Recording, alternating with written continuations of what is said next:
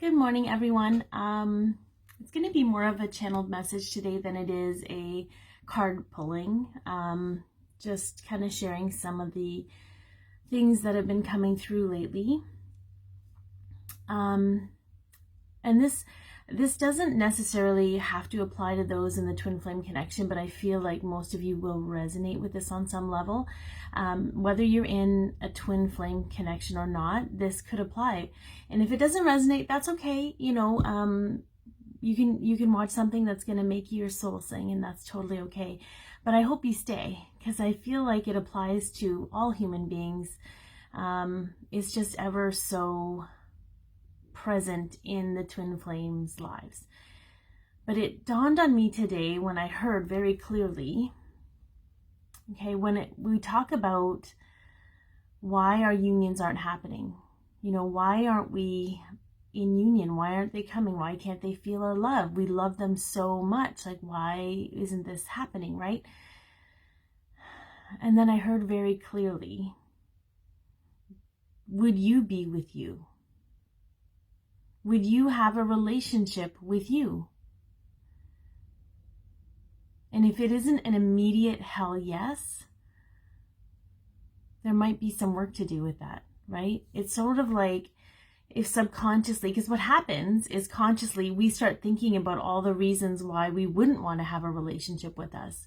Anything that makes us feel guilt or shame, embarrassment, sadness, anger, all of those things, so I'm going to go back a little bit. I'm going to go back because this is honestly how the energy works, is that if we're feeling that way subconsciously, we're projecting that outside of ourselves. We are doing the work to love and accept our twin or our counterpart with everything we have, without condition. But we don't do that for ourselves. And maybe some of you do. Again, take what resonates. If you're triggered by this, it's sort of a navigational tool as to what may or may not need healing. But how do we expect anyone, and this is again outside the twin flame connection, how do we expect anyone to have or to want a relationship with us when subconsciously we can't say that we want a relationship with ourselves? We can sit here and say, well, I'm a good person, I'm healing and all of these things, but have you embraced and accepted all of you?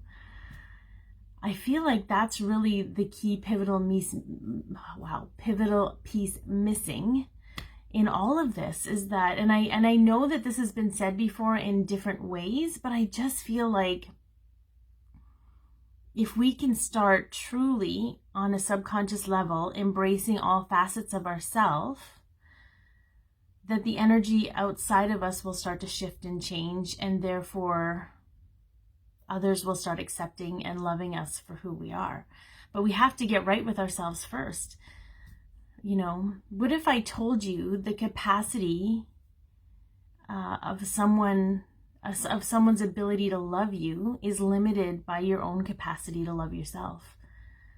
That the circumference or this space or the area with which you deem you are worthy of love is creating this very narrow margin for people to love you.